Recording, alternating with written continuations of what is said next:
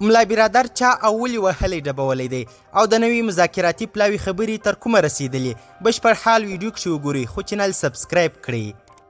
د طالبانو خپلمنځي اختلافات ورځ تر بلې زیاتېږي د ملا برادر د ډلې غړي هره ورځ د حقاني ډلې لخوا بېعزته کېږي او له جدي رفتار سره مخامخ کېږي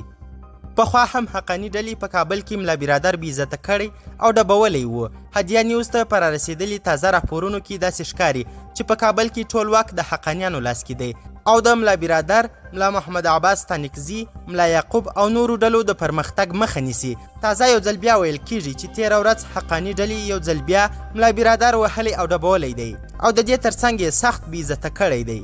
بل خوا بیا طالبان وایي چې د امریکا حکومت دې د مذاکراتو پر ځای عملي ګامونه اوچت کړي